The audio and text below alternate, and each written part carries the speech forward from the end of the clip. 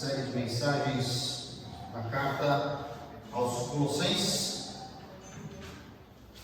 Nós temos visto domingo após domingo como é importante entender quem Jesus Cristo é.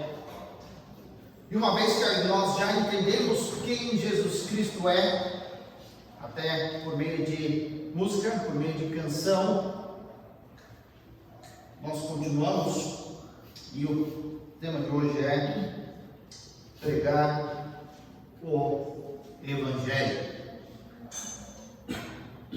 Qual seria a sua reação se você recebesse uma carta de um desconhecido, de uma pessoa que está na prisão, acusado de ser um revoltoso, de ir contra o governo estabelecido, um arruaceiro? Qual seria a sua reação de receber uma carta dessa? A igreja de Colossos está diante disso. Está diante de uma carta de alguém que ela mesma não conheceu. Claro, ouviram falar sobre o apóstolo Paulo, ouviram falar sobre o que ele fazia, o que ele fez nas outras cidades, e sabia de todo o seu papel importante que tinha tido na vida do seu líder, na vida de quem estava liderando, que era Epáfras, pastor daquela igreja. Eles também sabiam que Epáfras tinha ido até Roma conversar, se aconselhar com esse desconhecido preso para eles, se aconselhar com o apóstolo Paulo, e ele ainda não tinha voltado. Durante esse tempo, os falsos mestres tinham entrado na igreja e começavam a destilar, começavam a jogar ali, a envenenar tudo aquilo que havia sido ensinado por Epáfras e também por Paulo, de uma maneira muito simples, colocando em dúvida tudo aquilo que foi ensinado. Será que é confiável essa fonte? Será que esse homem que está preso é uma fonte confiável? Será que esse Paulo, que era judeu e agora se diz cristão e agora está preso, será que vocês podem confiar nele? Não é mais importante vocês confiarem na gente que está aqui com vocês? E esses falsos mestres envenenavam a igreja ali em Colossos. Consciente disso, o apóstolo Paulo, depois de fazer essa grande defesa, depois de redefinir totalmente quem é Jesus Cristo, ele faz uma pausa, ele dá uma parada nas explicações sobre quem é o centro do Evangelho, quem é o Evangelho.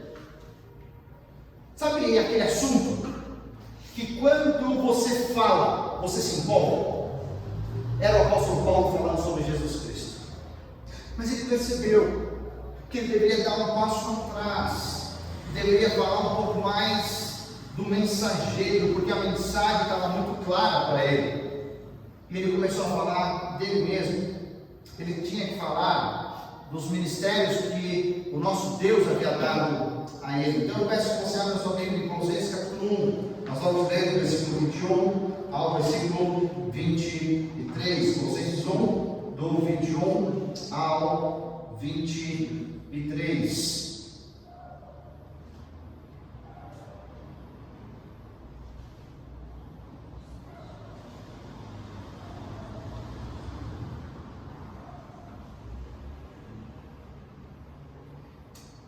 Diz assim a palavra de Deus: antes vocês estavam separados de Deus, e na mente de vocês eram inimigos por causa do mau procedimento de vocês. Mas agora Ele os reconciliou pelo corpo físico de Cristo, mediante a morte, para apresentá-los diante dele santos, inculpáveis e livres de qualquer acusação, desde que continuem alicerçados e firmes na fé, sem se afastarem da esperança do Evangelho, que vocês ouviram e que tem sido proclamado a todos os que estão debaixo do céu. Esse é o Evangelho do qual eu, Paulo, me tornei ministro. Até aqui, vamos orar. Pai querido, diante desse trecho da tua palavra, Senhor Deus, pedimos o auxílio do Espírito Santo para a correta interpretação e aplicação da palavra em nossas vidas. Pedimos isso no nome de Jesus. Amém. Nós sabemos que, apesar do apóstolo Paulo não ter ido a Colossos, não ter ido evangelizar pessoalmente aquela igreja, foi um braço, foi consequência do seu ministério, a fundação dessa igreja. Um discípulo seu que entendeu que de fato chegou ao ponto de liberar e estar pronto para discipular outros, que começa essa igreja, que funda essa igreja. O ministério da palavra de Deus, ele faz parte de levar as boas novas da salvação eterna a esse mundo, pela fé em Jesus Cristo.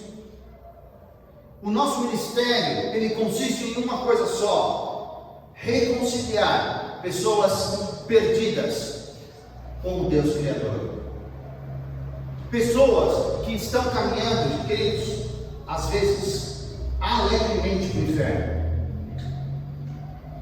Estão do nosso lado, vivem, convivem conosco. Nosso ministério é reconciliá-los com o Deus Criador.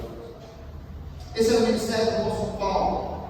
Isso é o que o apóstolo Paulo ensinou a Epáfras, e Epáfras fez ali em Colossos, estava ensinando a igreja a fazer isso. Isso chegou aqui na nossa cidade. Isso não pode parar aqui, isso tem que expandir e ir para todo canto. Então nós vamos ver essas três experiências espirituais que todo cristão passa. Só para lembrar aqueles cristãos ali em Colossos, de onde eles vieram, quem eles são agora e para onde eles estão caminhando. Porque muitas vezes a gente se perde no meio da caminhada. A gente se perde no meio dos propósitos. Em primeiro lugar, no versículo 21, a gente vê que nós éramos alienados no passado. Se você acompanha comigo, diz aí que antes vocês estavam separados de Deus. Esse termo separados quer dizer exatamente isso. Nós estávamos longe, nós estávamos alienados de Deus, nós não tínhamos as bênçãos espirituais do povo de Deus, porque eu e você não éramos judeus, nós éramos gentios, longe. Assim como os colossenses adorávamos deuses falsos, rituais religiosos, por mais bonitos ou por mais complexos que eles eram, eles não solucionavam o problema do pecado e da culpa. Não solucionavam. Mas não só por isso, o versículo continua e fala que eles eram inimigos por causa do mau procedimento de vocês. Ou seja, essas práticas e essas atitudes pecaminosas também são problema nosso, também são problema que a gente tem que lidar. Porque não é só um problema do pecado de Adão, mas é um problema nosso do dia a dia, gente. É um problema nosso que eu e você lidamos.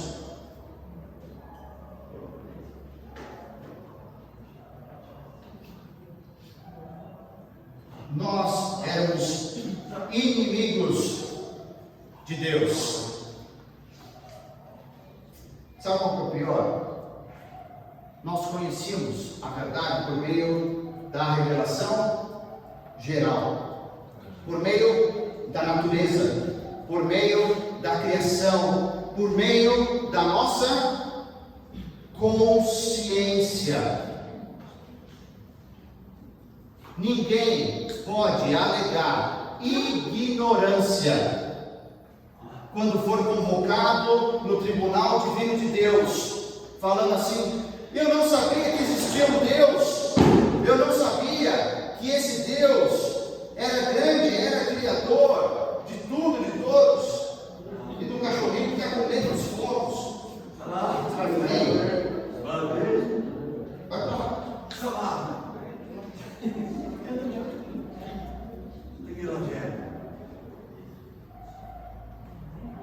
Então, todos os seres humanos são indesculpáveis. Não tem motivo de dizer assim: nunca ninguém me falou que existia um Deus. Mas muitas vezes, eu e você, e para as pessoas que estão do nosso lado, nós não falamos qual é a solução do problema. Podemos até apontar o problema, podemos saber que existe um Deus, mas a gente esquece de falar que esse Deus enviou o seu único Filho, que é a nossa única esperança para gerar a transformação que Ele precisa. Esse é o único Deus. E por isso que Ele começa falando do mais importante, que Ele precisa se arrepender. Todo ser humano precisa se arrepender. Arrependimento é exatamente isso, conversão. Arrependimento é mudar a sua forma de pensar. E isso tem que acontecer de uma maneira muito clara, antes de você receber a salvação. Esse é o momento. Antes de você receber a salvação. Por isso, queridos, quando você for começar a falar do Evangelho com alguém, não fale dos benefícios, não fale de tudo aquilo que o nosso Deus pode fazer para a pessoa. Fale da consciência do pecado da pessoa. Porque sem essa consciência, sem arrependimento, ela não vai precisar do Salvador. Ela tem que mudar a forma de pensar. Segundo lugar, o que acontece conosco hoje? Segunda parte do versículo 21 diz o seguinte: que isso foi por causa do mau procedimento nosso, a nossa reconciliação, mas agora Ele nos reconciliou pelo corpo físico de Cristo, mediante a morte, para apresentá-los, olha isso aqui, diante dele, santos, inculpáveis, livres de qualquer acusação. A ordem, a direção dessa reconciliação é importantíssima. Não foram os homens que foram buscar a reconciliação com Deus. Quem reconcilia quem? Deus, Jesus Cristo vai reconciliar o homem. Então, essa direção, essa iniciativa faz toda a diferença na hora. Porque senão, lá no fundo, ia batendo no meio do seu coração e falar assim: eu que busquei a Deus. Nós que buscamos a Deus. Não. Deus que veio até nós. Resolveu o problema que não era dele, era nosso. Ele buscou, tomou a iniciativa, enviando seu filho para morrer na cruz, por mim e por você. Quando nós ainda éramos fracos, quando nós ainda éramos pecadores, quando nós éramos, Romanos 5,10, inimigos. Quem que morre por inimigo aqui, gente?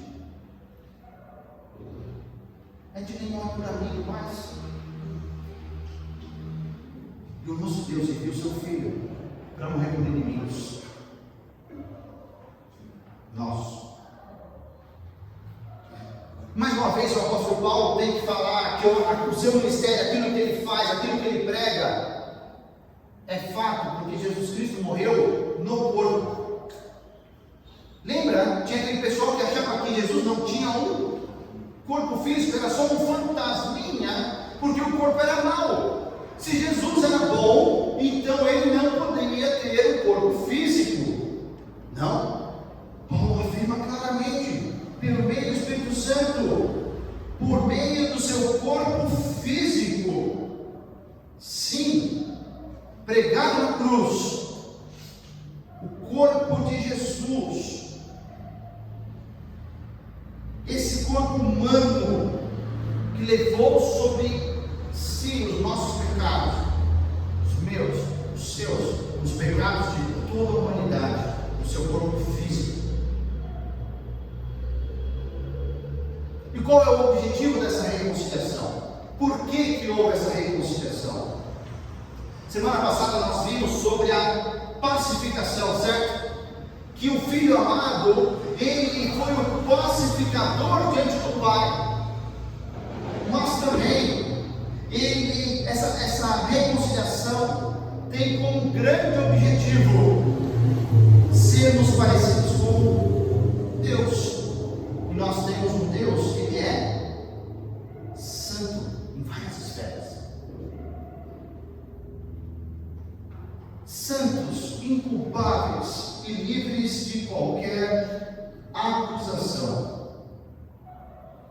3 temas para a gente estudar, para a gente ver o que Deus nos tornou, o motivo de reconciliar. O primeiro deles é santos.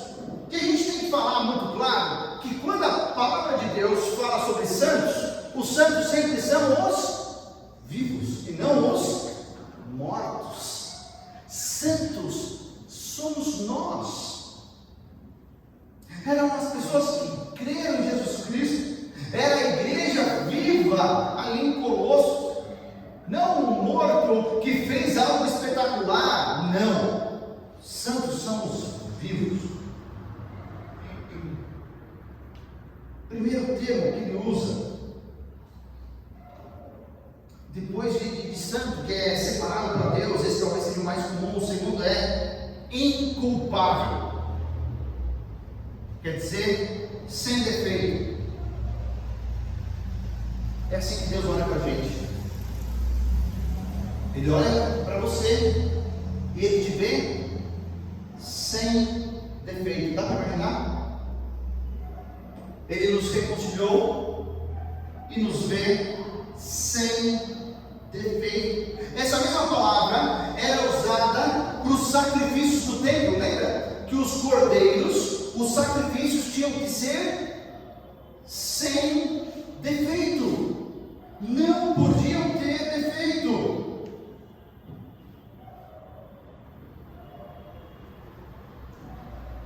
Pois é, apesar de não sermos, mas Deus nos vê assim, do jeito que nós deveríamos ser, do jeito que nós seremos no futuro.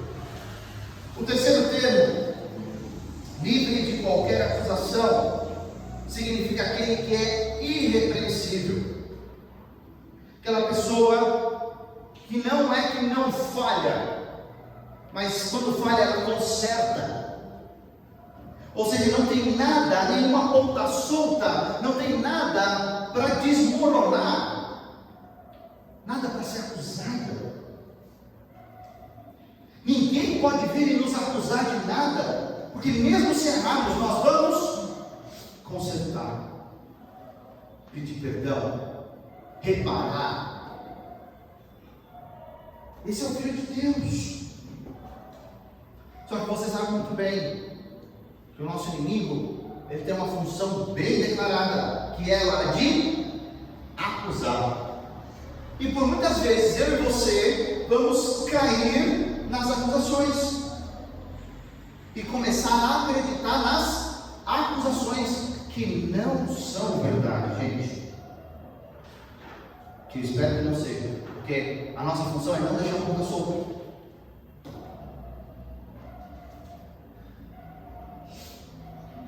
Ele vai tentar nos incriminar, ele vai tentar de todo jeito, colocar uma discórdia na tua mente. Será? É possível. Mas não aceite essas acusações, porque o nosso Deus nos vê como uma pessoa irrepreensível, livre de qualquer acusação.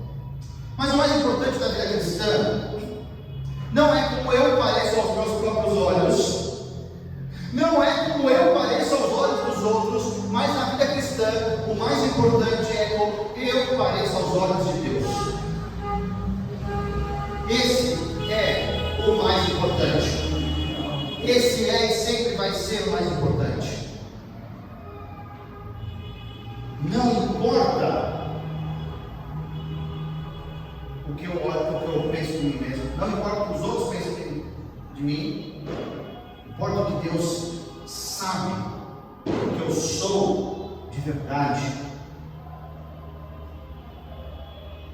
O apóstolo Paulo está querendo dizer mais ou menos assim, gente: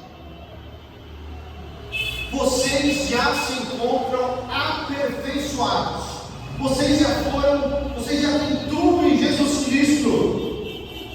Por que vocês vão buscar a perfeição em outro lugar?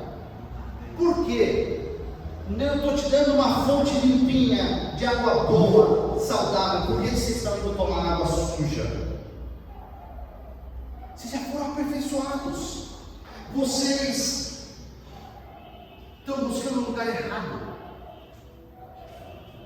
Por fim, versículo 23 fala da glorificação.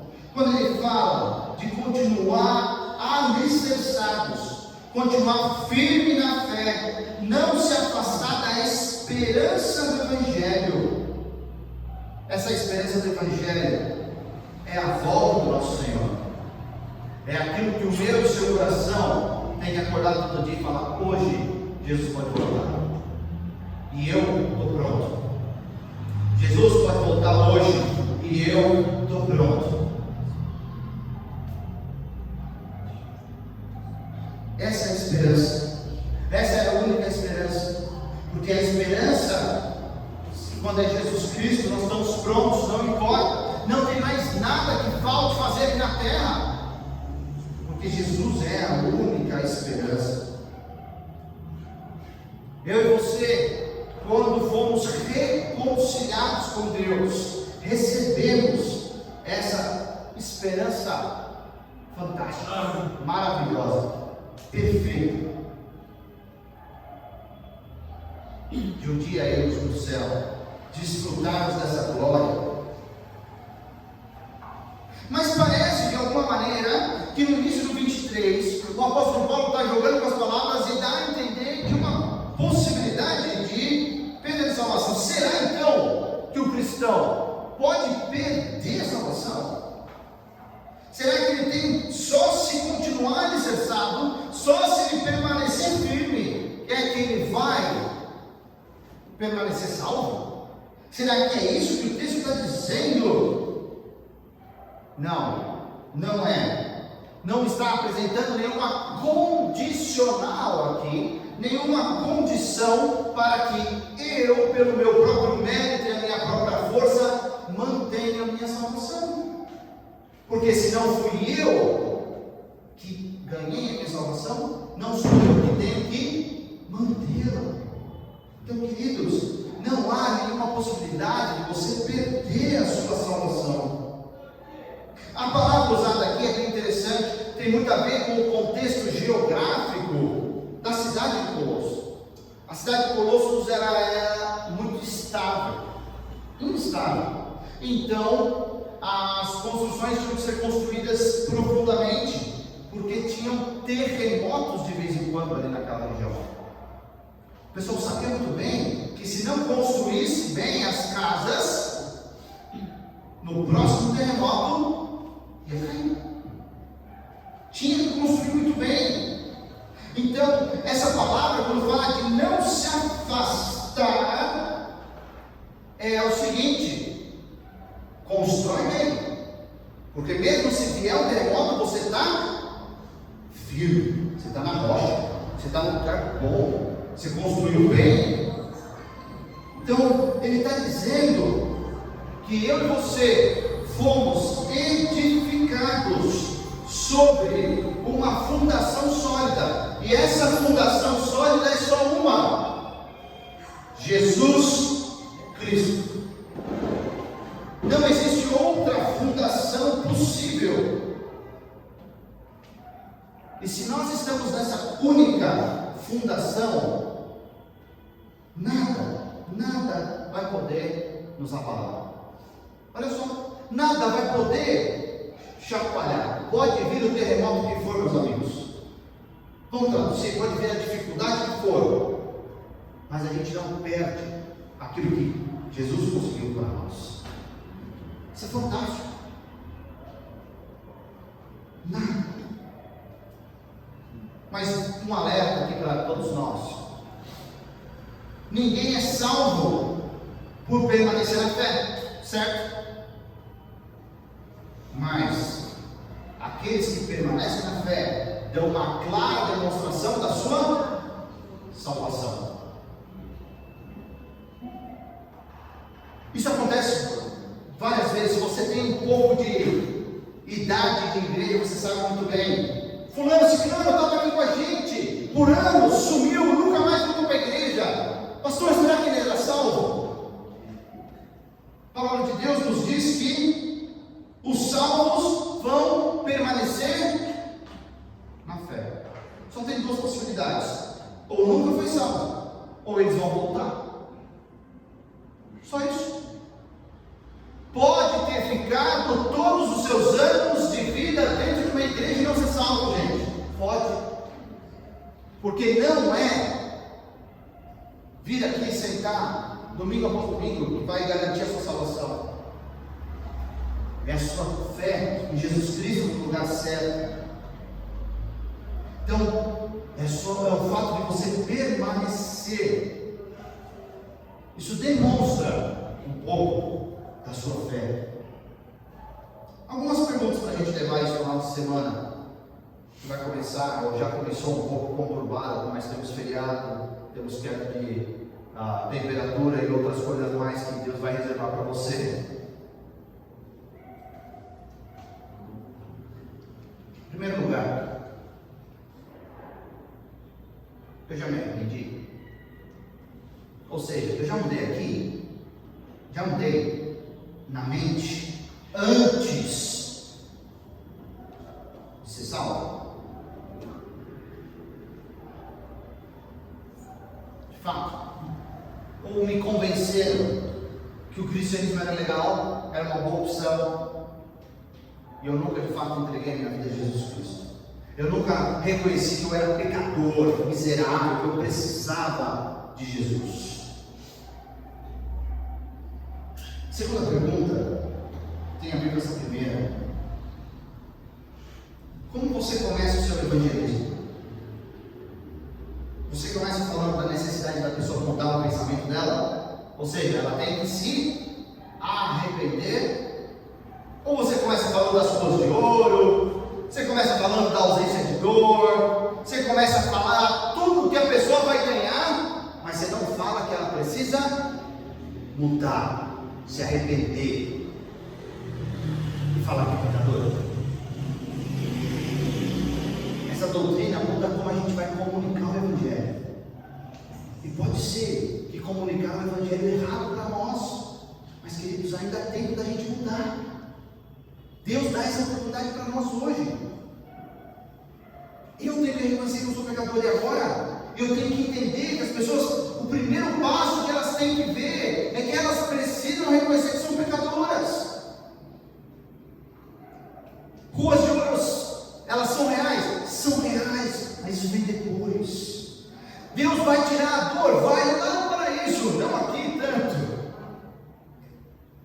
Você ganha uma vida eterna, uma vida abundante, uma vida completa. Mas primeiro você se arrepende. Primeiro você se arrepende.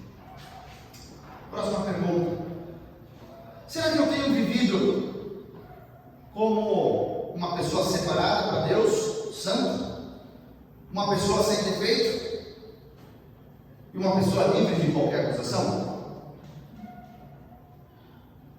Ou você não tem se separado do mundo, você faz as mesmas coisas que o mundo faz, você, em vez de tentar minimizar os seus defeitos, você gosta de ver os seus defeitos e até cuidar, nutrir os seus defeitos. E você sabe que você tem coisas que os outros podem te acusar. Como você tem vivido para Deus?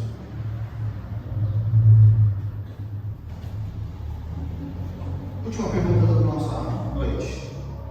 Eu permaneço firme na fé, comprovando minha salvação? Firmeza na fé é um dos comprovantes da salvação. E é difícil, gente.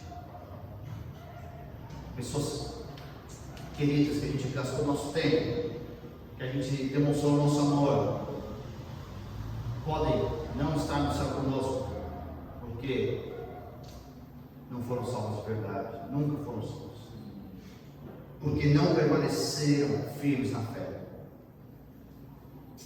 E hoje a gente pode ver que o ministério de todo cristão é pregar o Evangelho. Pregar o Evangelho. E o apóstolo Paulo estava mostrando isso ali, aquelas pessoas. Pregar o Evangelho verdadeiro. Pregar o Evangelho. Baixa sua cabeça. Vamos orar.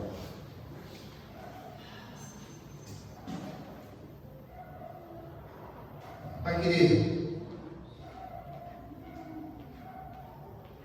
nos ajude, nos ensine a pregar o Evangelho verdadeiro, o Evangelho da maneira que o Senhor quer que a gente pregue.